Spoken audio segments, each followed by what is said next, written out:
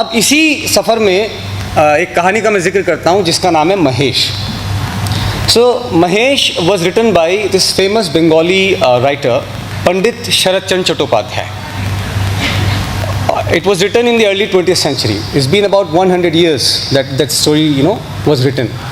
In fact CBSE की किताब में जो है 9वीं 10वीं क्लास में जो बच्चे हिंदी की कहानी पढ़ते हैं उसमें महेश है, अगर आप देखें तो उस कहानी को मैंने जो है वो दास्तान गोई के अंदाज में पेश किया है। क्योंकि वो तो लिखी हुई कहानी है, बयानिया कहानी थोड़ी दूसरी होती है, तो उसके कैरेक्टर्स मैंने लिए हैं, उसके डायलॉग्स मैंने लिए हैं, लेकिन इसमें जो है उसको दास्तान गोई के अंदाज में मैंने पेश किया है। वैसे तो ये कहानी आपको ज़्यादा समझ में आएगी, जैसे मैंने कहा कि ये आसान ज़बान में है, लेकिन एक बात तो मैं ज़रूर कहूँगा यहाँ पे कि पंडित शरद चंद्र चट्टोपाध्याय की रूह, उनकी आत्मा अगर कहीं होगी तो वो बड़ी खुश भी होगी और बहुत गमगीन भी होगी। खुश तो वो इसलिए होगी कि भाई 100 साल का अरसा बीत चुका, लेकिन फिर भी उनकी कलम बंद की गई कहानी आज भी उतनी ही सार्थक, उतनी उसका औचित्य, उसका जवाब आज भी ज्यों के त्यों मौजूद है। और गमगीन इसीलिए होगी कि 100 साल गुजरने के बाद भी हमारा समाज, हमारी तहजीब, हमारा हिंदुस्तान जन्नत निशान आज भी उन्हीं मुसीबतों, उन्हीं परेशानियों से वैसे ही जूझ रहा है साहब। तो बग़ैर किसी तमहीद के, बग़ैर किसी देरी के पेश है दास्तान महेश की। तो इस कुल कायनात में खुदा की ज़ात वाहिद अहले इंसान की, कि फितरत इसकी, मिजाज इसका हो सकता यकसा नहीं। कड़वा कोई करेले सा तो मीठा है कोई कंद सा, कोई यूं फिरे जैसे खिज़ां, कोई मस्त है बसंत सा, कोई दुष्ट है चालाक है, नाशाद है गुस्सैल है, हर हाल में मशकूर कोई अल्लाह मियाँ का बैल है। कोई वुज़ू में मस्त है, कोई 4 धाम की सैर में, कोई पा गया भगवान को चोरी में छल में बैर में, कोई मुफलिसी में दब गया, कोई किस्मतों के फेर में, बैठा है कोई आँख मूंदे दौलतों के ढेर पे। इसके हज़ारों रंग हैं, इसके हज़ारों रूप हैं, इसका गज़ब किस्सा है यहाँ, इसकी कहानी खूब है। तो हाज़रीन, कहानी शुरू होती है हिंदुस्तान जन्नत निशान के एक छोटे से गांव काशीपुर से, कि जहां बैसाख का मौसम ख़त्म होने को था पर आकाश में बादल की छाया तक न थी। ऐसा मालूम होता था कि ज़मीन की दरारों में से उसका खून धुआं बनकर आकाश में घुल रहा था। काशीपुर का हमेशा हरा भरा रहने वाला मैदान अब कड़ी धूप की शिद्दत से सूख कर बिखरने लगा था। हाज़रीन, इसी गांव में एक सूना आंगन, वहाँ एक बबूल का पेड़ और उससे बंधा हुआ महेश, एक बूढ़ा कमज़ोर मरियल बैल कि जो अपनी गहरी संजीदा आँखों से आसमान की तरफ टकटकी लगाए देख रहा था। वहीं उस मैदान के किनारे सड़क वाला मकान गफूर जुलाहे का है कि जिसकी मिट्टी की दीवार टूट चुकी है और आंगन सड़क से आ मिला है। ऐसा मालूम होता था कि उस घर में रह रहे मजलूम लोगों की इज्जत और आबरू वहाँ से गुजरने वाले मुसाफिरों की करुणा के आगे खुद को हवाले करके हर फिक्र से बरी हो चले हैं। अचानक हुई आहट से महेश का ध्यान भंग हुआ। अरे ये आहट कैसी? तभी महेश ने देखा कि सामने से पंडित तर्क रत्न आंगन की तरफ आ रहे हैं। हाज़रीन, पंडित तर्क रत्न को देखते ही महेश का दिल घृणा और नफरत से भर गया। कैसी विडंबना थी कि एक गौपुत्र एक पंडित के दीदार महज से कुंठा से भर गया था।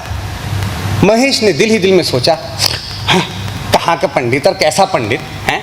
अरे ज्ञान से कोसों दूर, लालची और धूर्त इंसान, 3 मन का भोगी शरीर। अब वो सब तो ठीक है, पर ये यहाँ करने क्या आया है?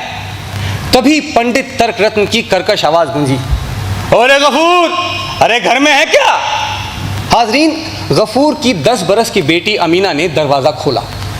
अमीना को देखते ही महेश का दिल ममता और शोक से भर गया। बग़ैर माँ की नन्ही सी बच्ची वक्त और हालात के थपेड़े खाकर कितनी सयानी और संजीदा हो चली थी। अमीना ने पूछा, क्या हुआ पंडित जी? बापू को तो बुखार आया है, कई रोज गुजरे, दिन रात बदन तपता है। बुखार? यहाँ बुला उसको, हरामजादे को, पाखंडी मलेच कहीं का। हाजरीन, इस शोर गुल को सुनकर गफूर हाँफता काँपता घर के बाहर आ खड़ा हुआ। अब गफूर का भी आप तस्करा सुन लीजिए कि साहब 1.5 पसली की पतली दुबली जान, उसके पोपले गाल, मिट्टी में सने हुए खिचड़ी बाल और माथे पर खिंची सख्त गहरी लकीरें उसके दुश्वार सफ़र को साफ साफ बयान कर रही थी। पंडित तर्करत्न ने महेश की तरफ इशारा करते हुए कहा, क्यों बे, ये क्या लगा रखा है तूने? ज़रा बता तो सही। हैं? अरे सुबह जाते समय देख गया था तो बंधा है, हैं? वापस लौटते समय देखता हूँ तो ज्यों का त्यों बंधा है। अबे गौवंश की हत्या के पाप में जमींदार बाबू तुझे जमीन में गड़वा देंगे। हाँ, ऐसे वैसे बामन नहीं है वो। महेश का दिमाग फौरन चलने लगा। ओहो, तो आज पंडित जी की बेकरारी का सबब मैं हूँ। अरे दरअसल मुद्दा ये है कि मैं ठहरा एक गौपुत्र हैं और मुझ पर मालिकाना हक एक गरीब दलिद्र जुलाहे का, और उस पर से नाम भी मेरा महेश। ये सब तो ठीक है, पर ये मर्दूद यहाँ क्या कर रहा है? इधर हाज़रीन गफूर आगे तर्करत्न के आगे गड़गड़ाया जा रहा था। पंडित जी महाराज, क्या बताऊँ, बड़ी लाचारी में पड़ गया हूँ। पगहा पकड़कर थोड़ा बहुत चला लाता हूँ, पर कई दिनों के बुखार से कमज़ोरी इतनी है कि अब मैं उठ के चल भी नहीं सकता। आप ही बताएं मैं क्या करूँ? अबे खुद चराने नहीं लेके जा सकता तो छोड़ दे इसे। अरे अपने आप चराएगा जाके। महाराज, अभी आप लोगों के जो धान हैं वो खलिहान में पड़े हैं, झाड़े नहीं गए हैं, कैसे छोड़ाऊँ? और पुआल वो भी जैसे का तैसे पड़ा है। और ज़रा नज़र उठाकर तो देखिए, नज़र उठाकर तो देखिए, मुट्ठी भर भी घास उस मैदान में नज़र नहीं आता। ऐसे में अगर किसी के धान में मुँह मार दे, किसी का पुआल नष्ट भ्रष्ट कर दे, कोई ठीक नहीं। छोड़ूँ तो कैसे छोड़ूँ महाराज? अबे नहीं छोड़ सकता तो छांव में इसको बैठा दे, एक आटी पुआल डाल दे, खाता रहेगा। और फिर तेरी बेटी ने अब तक भात नहीं रांधा क्या? गमला पानी दे दे, पीता रहेगा तब तक। हाज़रीन, इस पर गफूर ने कुछ जवाब न दिया।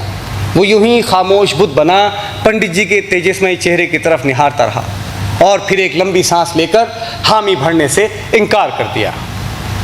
अबे तवे भी नहीं है क्या? अरे पुआल जो कुछ हिस्से में आया था सो उसका क्या किया? सब बेचकर पेटाए स्वाहा। इस गरीब के लिए कुछ भी नहीं रखा, कसाई कहीं का।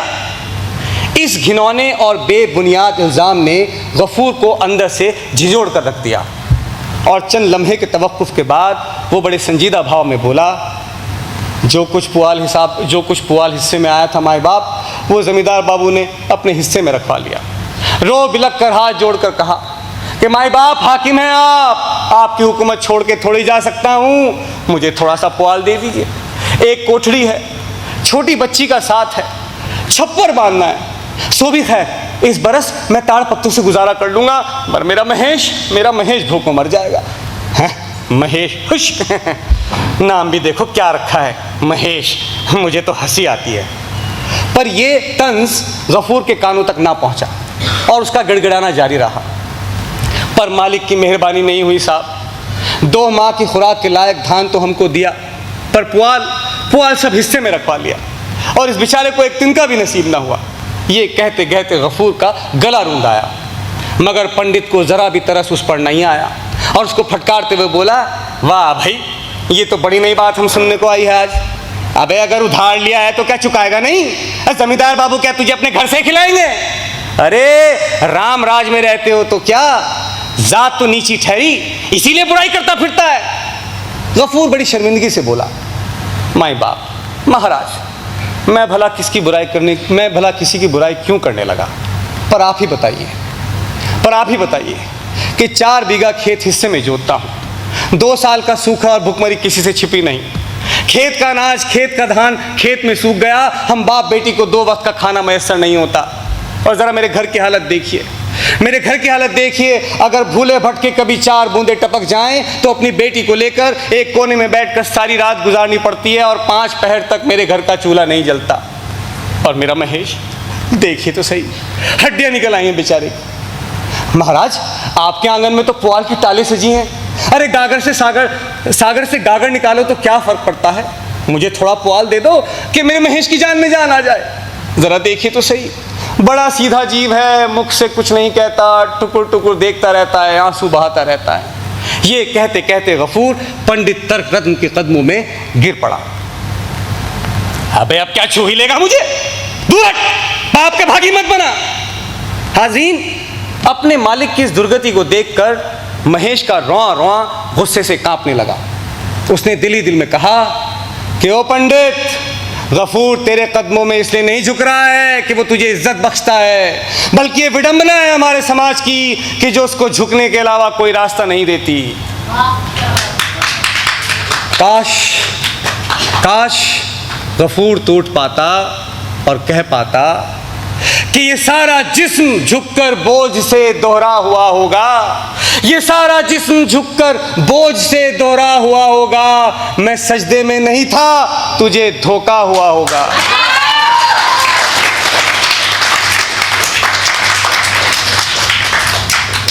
गफूर का गिड़गिड़ाना जारी था, मगर पंडित तर्करत्न की जहर में बुझी जबान थमने का नाम ले रही थी।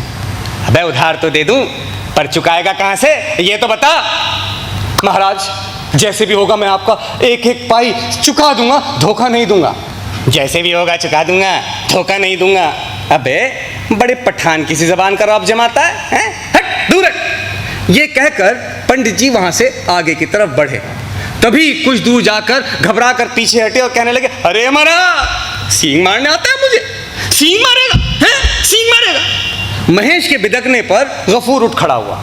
बात कुछ यूं थी कि पंडित जी के हाथ में कुछ चावल और कुछ भीगे चावल और केले थे। उनको दिखाते हुए गफूर बोला, महाराज गंध मिल गई है ना इसे, इसलिए खाने को मांगता है। खाने को मांगता है, ठीक जैसा खुद गंवार वैसे ही गंवार बैल पाला है। अब पुआल तो नसीब होता नहीं और केले और चावल पे नियत खराब होता है। हटा, दूर हटा के बांध इसको यहाँ से। ये कहकर पंडित जी ने अपनी धोती संभाली और वहां से 9-2-11 हुए। हाज़रीन, महेश बेजुबान जरूर था, मगर अपनी मालिक की इस दुर्दशा का जवाब, इस जिल्लत का जवाब वो पंडित को खूब देना चाहता था। अरे ये तो खैर हुई कि पंडित जी उसकी सींगों की इज्जत में ना आ सके। अब इस सभ्य तहजीब याफ्ता समाज की बारीकियों को तो महेश क्या ही समझता, पर यह ख्याल कि कहीं अगले जन्म में उसको मनुष्य योनि ना मिल जाए, ये सोच ही के वो अंदर ही अंदर डर जाता था। अरे ऐसे पाखंडियों से तो मैं बैल ही भला हैं। अरे गौ रक्षा और गौ भक्ति का दम भरता है और मुझे जिलाने के लिए 2 आटी पुआल ना दे सका, लानत है इस पे। इधर गफूर महेश को प्यार से सहलाते हुए बोला, महेश तू मेरा बेटा है, तूने 8 बरस तक मेरा चूल्हा जलाया है। अब तू बूढ़ा हो गया है और मैं तुझे भरपेट खिला भी नहीं पाता, पर तू जानता है कि मैं तुझे कितना प्यार करता हूँ। महेश ने खामोशी से अपनी आंखें बंद करके अपना सिर आगे बढ़ा दिया और गफूर उसके जिस्म पर अपने आंसू पोंछते हुए बोला, जमींदार ने तेरे मुख का कौर छीन लिया ले। मसान के पास जो चढ़ने की जगह थी सो वो भी पैसे के लालच में ठेके पर उठा दिया।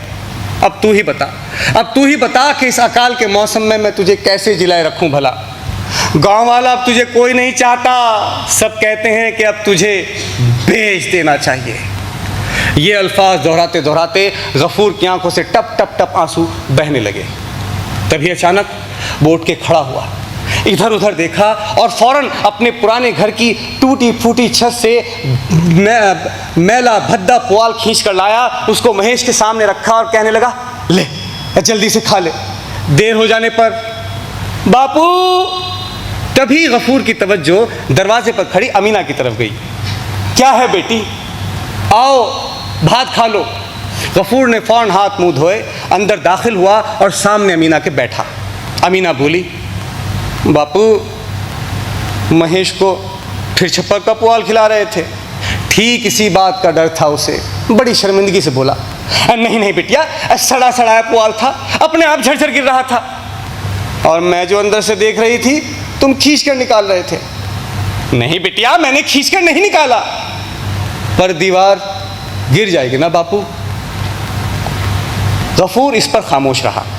अमीना ने फ़ौरन एक मिट्टी की थाल में दाल भात परोसकर उसके सामने रखा। गफूर ने उस थाल को बड़े गौर से देखा और चंद लम्हे के तवक्कुफ़ के बाद बोला, अमीना, आज मुझे फिर जाड़ा महसूस हो रहा है बिटिया, क्या बुखार में खाना ठीक होगा? अमीना बड़े परेशान सा होकर बोली, पर बापू तुम ही तो कह रहे थे कि बहुत भूख लगी है। तब शायद बुखार नहीं था ना बिटिया। तो मैं क्या करूं, इसको उठाकर रख दूं, शाम में दोबारा परोस दूंगी। पर ठंडा भात खाने से तबीयत और ना बिगड़ जाएगी अमीना? तो मैं क्या करूं बापू, तू ही बता। हालांकि वो अपने बाप की मंशा बखूबी समझती थी। गफूर बोला, क्या ही बुरा हो, क्या ही बुरा हो कि हमारे महेश के पेट में 2 कौर अनाज चले जाएं। क्या तुम्हारे लिए ये मुमकिन ना होगा कि रात को मुझे दोबारा कुछ और दाल भात परोस सकूं? जवाब में अमीना हैरत से अपने बाप का मुंह तकती रही और चंद लम्हे के तवक्कुफ़ के बाद सर झुकाकर बोली, ठीक है बापू, बना दूंगी। हाज़रीन, महेश ठहरा बैल इंसानी समाज की इन महीन परतों को समझने में उलझ जाता, गुस्साता, अपने पूरे जिस्म से धुड़धुड़ाकर हर चीज़ की बुराई करता कि जो इंसानियत के ख़िलाफ़ थी, लेकिन इंसान से इस बैल की कुत्थी को समझने में नाकाम रहता। वो दिल ही दिल में सोचता कि इंसान को समझना शायद अब उस कुदरत के भी परे है कि जिसने उसको रचा है।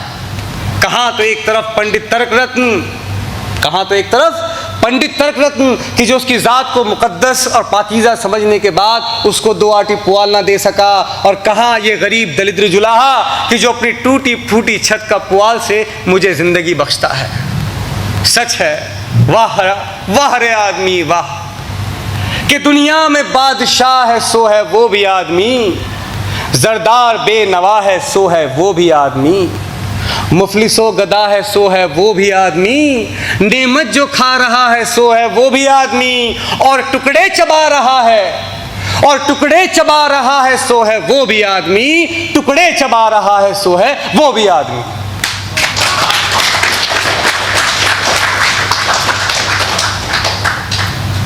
हाज़रीन, वक्त का पहिया यूं ही सरकता रहा और गफूर अपनी बीमारी और अपनी कमज़ोरी से यूं जूझता रहा। अब एक दिन की बात है हाज़रीन कि गफूर अपने आंगन में बीमार परेशान एक मरियल खच्चर की तरह चहलकदमी कर रहा था और एक से एक भयानक ख्याल उसकी जहन की अंदरूनी तहों को जड़ से हिला रहा था। क्यों कि महेश कल का घर से निकला, अब तक लौटा नहीं था। कमज़ोर बीमार बदन इस लायक न था कि जाके उसको ढूंढूं।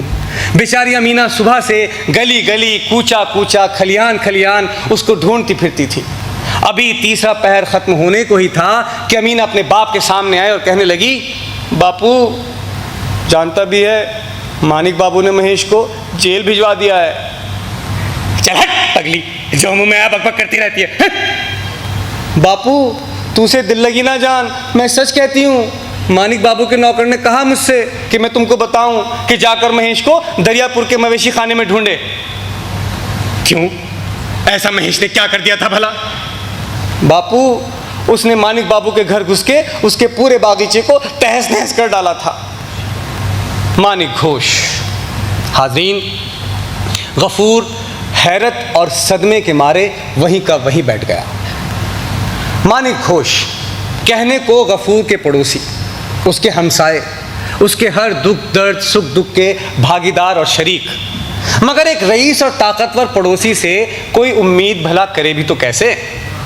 हालांकि गफूर को अपने पड़ोसी मानिक घोष से किसी भी तरह की कोई भी हमदर्दी की तवक्को हरगिज ना थी, मगर फिर भी ये बात गफूर की समझ से परे थी कि दूर दूर तक, कोसों तक गाय भक्ति के लिए जाने वाले पंडित मानिक घोष एक गौपुत्र के साथ ऐसा रवैया अख्तियार करेंगे। अरे महेश की सूखी हड्डियां वो रोज देखते हैं, उसकी भूख से बिलकती नम आंखें उनसे छिपी नहीं है। पंडित मानिक घोष महेश घंटों तक इसी उधेड़-बुन में बैठा घुलता रहा। इसी तरह 2 दिन बीते और तीसरे दिन की सुबह अमीना फिर अपने बाप के सामने आई और कहने लगी, बापू क्या महेश को छुड़ाने के लिए ना जाओगे?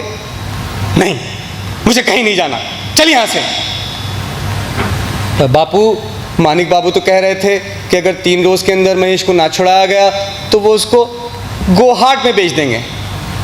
बेच डालने दे, मुझे कोई मतलब नहीं, अब दफा हो यहाँ से। हाज़रीन, गोहाट क्या बला है, अमीना को इसको ज़रा भी गुमान ना था, मगर इस लफ्ज़ के आते ही गफूर के चेहरे पे जो तासुरात आते थे और जैसे वो मचल उठता था, ये उसकी नज़रों से कतई नहीं छुपा था। रात के अंधेरे में गफूर बंशी काका के दुकान पर गया और कहने लगा कि काका, आज मुझे 1 रुपए की दरकार है। ये कहकर उसने अपनी पीतल की थाली बंशी काका के बैठने के माचे के नीचे रखी। अब नाप तौल की कोई ज़रूरत ना थी, क्योंकि पिछले 2 साल में कई बार गफूर इसी तरह अपनी पीतल की थाली गिरवे रख के रुपये उठा चुका था। गरज उसने वो 1 रुपया अपनी अंटी में ठूसा और सीधा पुलिस थाने की जानिब रवाना हुआ। अगले दिन महेश उसी जगह बंधा था, वही सूना आंगन, वही बबूल का पेड़, वही रस्सी, वही खूंटा, वही बिन तनके की मान और वही भूख से बिलखती उसकी नम आँखें। एक बूढ़ा मुसलमान महेश को बड़ी पैनी निगाहों से देख रहा था और गफूर उकड़ू बैठा खामोश बुत की तरह था। उस बूढ़े मुसलमान ने अपनी चादर से एक 10 का नोट निकाला और उसकी तहों को सीधा करके उसको गफूर को देते हुए बोला, लो मियाँ, अब तौल मौल करके इसको भुनाऊंगा नहीं मैं, अब पूरे 10 के 10 दिए देता हूँ, ले लो। गफूर ने बगैर उससे नज़रें मिलाए वो 10 का नोट ले लिया, मगर यूं ही खामोश बुत बना बैठा रहा। मगर जैसे ही उस बूढ़े के साथियों ने महेश के खूंटे को हाथ लगाया, वो बिजली की तरह लरस के बोला कि पगहा को हाथ मत लगाना, कह देता हूँ, अच्छा नहीं होगा। बुढ़ा हैरत में पड़ गया और पूछने लगा, क्यों भाई क्या हुआ? क्यों भाई क्या हुआ? क्या मेरी चीज़ है, मर्जी मेरी, नहीं बेचनी मुझे, जाओ यहाँ से। ये कहकर उसने 10 का नोट अलग फेंक दिया। और कल रास्ते में जो बयान लेकर गए थे उसका क्या? ये कहकर उसका क्या? गफूर ने फौरन 2 का नोट अपनी जेब से निकाला और ज़मीन पर दे मारा। लो अपना बयान भी लो। अब हाजरीन, ज़्यादा फैले तो माहौल ख़राब हो सकता है, ऐसा कुछ सोचकर वो बूढ़ा हंसते हुए बड़ी धीरता से बोला, दबाव डालकर 2 रुपया बेची ऐंठने की फिराक में हो गफूर मियाँ, हैं? दे दो जी, इसकी बेटी के हाथ में 2 रुपये का नोट रख दो। अरे भाई, मिठाई उठाई के काम आएगा, हैं? क्यों गफूर मियाँ, अब तो रकम तसल्ली बख्श अदा हो गई ना? नहीं, मुझे नहीं करना है सौदा, जाओ यहाँ से। अरे इससे ज़्यादा कोई एक ढेला भी ना देगा इसका, कह देता हूँ, जान लो। कह दिया ना तुमसे, नहीं करना है सौदा, अब दबा हो जाओ यहाँ से। अरे चमड़े के दाम कुल मिलेंगे, बाकी इसमें रखा ही क्या है? तौबा तौबा तौबा तौबा तौबा। ये अल्फाज सुनते ही गफूर के मुंह से एक मोटी भद्दी कड़वी गाली निकल गई और वो बमक के बोला कि ओ बुढ़े, अब अगर तू अपने गुर्गों के साथ यहाँ से दफा नहीं हुआ तो मैं जमींदार के मुसाहिबों को बुलवा कर तेरी चमड़ी उधड़वा दूंगा। हाँ। अब हाजरीन, मौके की नज़ाकत को देखते हुए बुढ़ा और उसके साथी वहाँ से 9-2-11 हुए, मगर इस शोर गुल से एक मजमा तमाम वहाँ लग गया था और बात वहाँ जमींदार बाबू की कचहरी तक पहुँच चुकी थी। अब हाजरीन, कचहरी में इस वक्त हर तरह के अच्छे बुरे लोग सब मौजूद थे। आला हजरत शिव शंकर नाथ बाबू अपनी पुश्तैनी मसहरी पर बैठे हुक्का गुड़गुड़ा रहे थे और बगल के ज़मींदार राव सुल्तान अली ख़ान के साथ बैठे शतरंज खेल रहे थे। गफूर सामने उकड़ू बैठा बड़ी शर्मिंदगी से गिड़गिड़ा रहा था। ज़मींदार बाबू ने आंखें तरेर कर गफूर से कहा, अबे ओ गफूरे, समझ में नहीं आता, अरे समझ में नहीं आता कि तुझे क्या दंड दिया जाए? अरे जानता भी है कि किसकी ज़मींदारी में रहता है? गफूर गिड़गिड़ा के बोला, जानता हूँ माई बाप, बिल्कुल जानता हूँ, पर आप भी जानते हैं कि हम खाने के बगैर मर रहे हैं, वरना आज आप जो भी सज़ा मुकर्रर करते मैं हरगिज़ मना ना करता। अच्छा, वहाँ कचहरी में मौजूद लोग बड़ी हैरत में पड़ गए। अरे भाई, उन्होंने तो सुना था कि गफूर एक बेहद ज़िद्दी, घमंडी और बददिमाग आदमी है? और इधर गफूर उसका गिड़गिड़ाना जारी था। वो फिर हाथ जोड़ के बोला, माई बाप, आइंदा ऐसा काम फिर ना करूँगा, गलती हो गई। गलती क्या, गुनाह हो गया। ये कहकर गफूर ने अपने दोनों कान पकड़े और आंगन के एक सिरे से दूसरे सिरे तक नाक रगड़कर खड़ा हो गया। जमींदार बाबू बड़े दया भाव से बोले, हाँ चल ठीक है, अब जा यहाँ से, पर आइंदा अगर ऐसा करने की भी सोची तो तेरी चमड़ी उधड़वा दूंगा। हाँ नाज़रीन, तो जब जब एक दलिद्र और मलेच्छ की नाक बाबू साहब की चौखट पर यूं ही रगड़ती रहेगी, तब तब बाबू साहब की दिलदारी में भी भला क्या कमी आ सकती थी। अब इत्तेफाक से पंडित तर्क रत्न वहीं मौजूद थे। अब वो भला मौका क्यों चूकते, चूक के खड़े हुए और लगे व्याख्यान देने। सबसे पहले तो उन्होंने गौ शब्द की शास्त्रीय व्याख्या की और उसके बाद वो तमाम जनमानस को समझाने लगे कि क्यों ऐसे विधर्मी मलेच्छों को बस्ती के अंदर या इर्द गिर्द नहीं रहने देना चाहिए। पर गफूर को इन बातों का कुछ असर न हुआ, बल्कि उसने तो इस तिरस्कार को चूम चाट कर माथे गले से लगाकर अपने घर का रुख किया। वापस लौटकर अपने महेश के गले लगकर वो घंटों तक बड़बड़ाता रहा। हाज़रीन, जेठ का मौसम ख़त्म होने को था, पर इंद्र भगवान की रहमत अभी बरसी ना थी। और इन्हीं दिनों में से एक दिन की बात है कि गफूर भूखा प्यासा काम की तलाश में निकला, पर कमज़ोरी की वजह से आगे ना जा सका, लड़खड़ा कर गिर गया। किसी तरह अपने आप को संभाला, दरवाजे पर आया और आवाज़ लगाई, अमीना बात हो गया री। लड़की खामोशी से बाहर आई और खूंटे के सहारे खड़ी हो गई। जवाब न मिलने पर गफूर बिलबिला गया और चिल्लाकर बोला, क्या कहा, नहीं हुआ बात, क्यों नहीं हुआ, बता तो सही ज़रा। बापू घर में चावल ही नहीं है। अरे चावल नहीं है तो सुबह मुंह से कुछ फूटना था ना। बापू रात ही को तो कहा था तुमसे। रात ही को तो कहा था तुमसे, अरे रात की बात किसी को याद रहती है भला। गुस्से के मारे उसका गला कर्कश हो गया। उसने नाक भवें सिकोड़ कर बोला, अरे घर में चावल रहेंगे कहाँ से, रोगी बाप को खाने को मिले ना मिले, इस ढींगड़ी लड़की को 4-4, 5-5 बार खाने को चाहिए। बहुत हुआ, आज के बाद चावल ताले में बंद करके रखूंगा। हाँ चल जा, एक लोटा पानी लेके आ, प्यास के मारे कलेजा फूंका जाता है मेरा। पर अमीना यूं ही खामोश खड़ी रही। गफूर समझ गया कि घर में पीने का पानी भी मैसर नहीं है। तिल मिलाकर उठा और एक तमाचा अमीना के गाल पर रसीद करते हुए बोला कि हरामजादी कलमुही लड़की, तू क्या घर में सारा दिन बैठी पलंग तोड़ती रहती है, अरे कहीं डूब के मर क्यों नहीं जाती। अमीना ने इसका कुछ जवाब ना दिया। वो यूं ही उसने फौरन मिट्टी की गागर उठाई और अपने आंसू पोंछते हुए उस कड़ाके की धूप में पानी की तलाश के लिए निकल गई। मगर जैसे ही अमीना गफूर की आंखों से ओझल हुई, गफूर का कलेजा मानो अफसोस के मारे टीस उठा।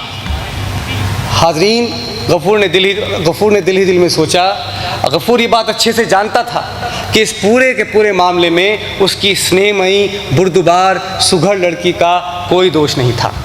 अरे वो 2 महीने के खुराक के ख़त्म होने के बाद 2 रोटी के लिए इतनी मेहनत तो करनी ही पड़ती थी। और फिर वो 4-4, 5-5 बार खाने वाली बात, वो जितनी झूठी ना और नामुमकिन थी, उतनी ही बेमानी भी। और हाज़रीन, घर में पानी मैसर ना होने की वजह भी उससे छिपी ना थी। अरे गांव में 2-3 ही तो तालाब थे जो कब के सूख चुके थे। अब तो ज़मींदार बाबू के घर के पिछवाड़े जो कुछ गड्ढा खोद कर पानी जमा होता था, सो उसी के लिए मारामारी हुआ करती थी।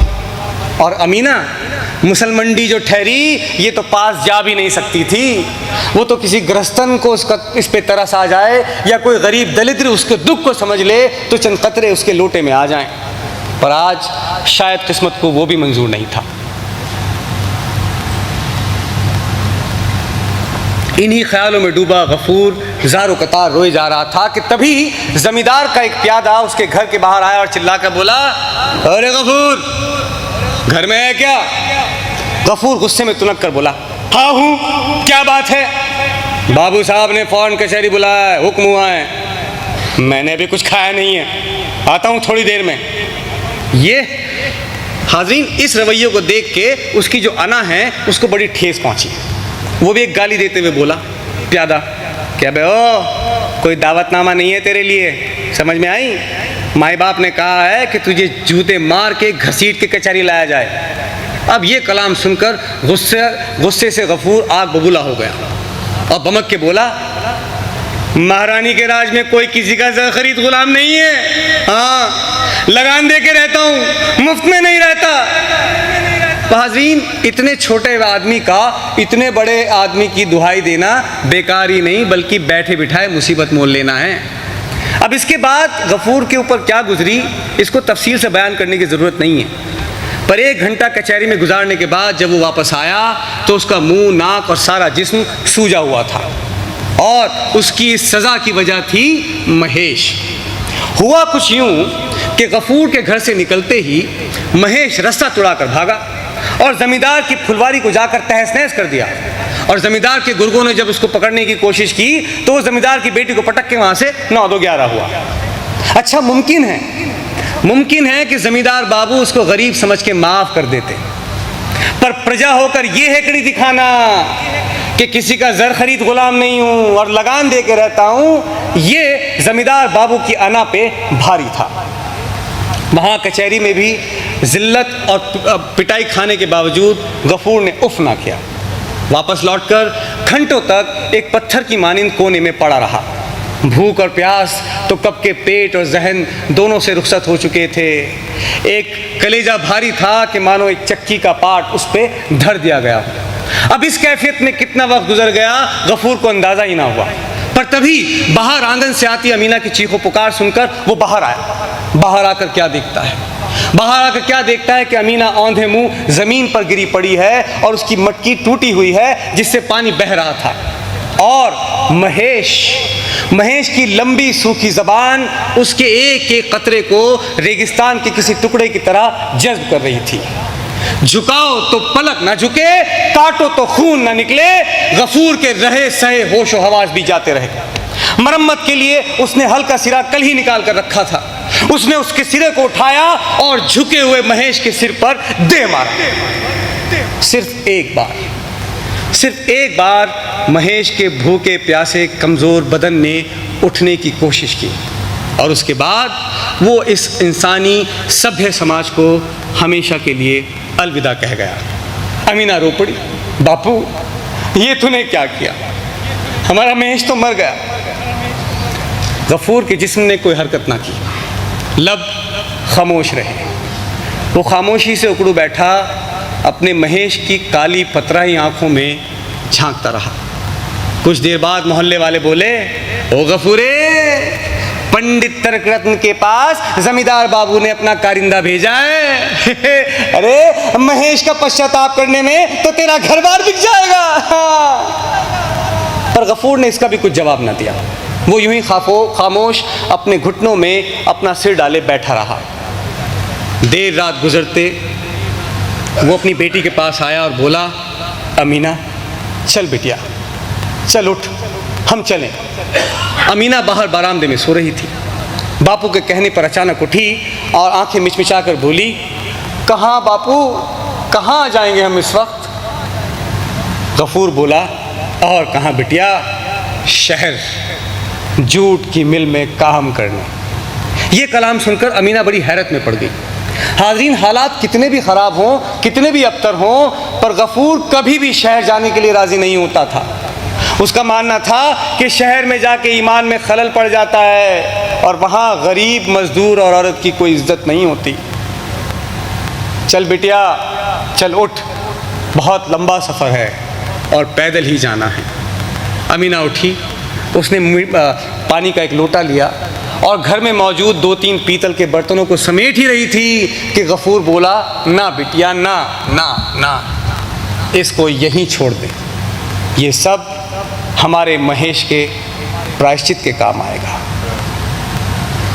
वो दाग दाग उजाला, वो शब गजीदा सहर, वो इंतज़ार था जिसका, ये वो सहर तो नहीं, ये वो सहर तो नहीं कि जिसकी आरज़ू लेकर चले थे यार कि मिल जाएगी कहीं ना कहीं, चले थे यार कि मिल जाएगी कहीं ना कहीं।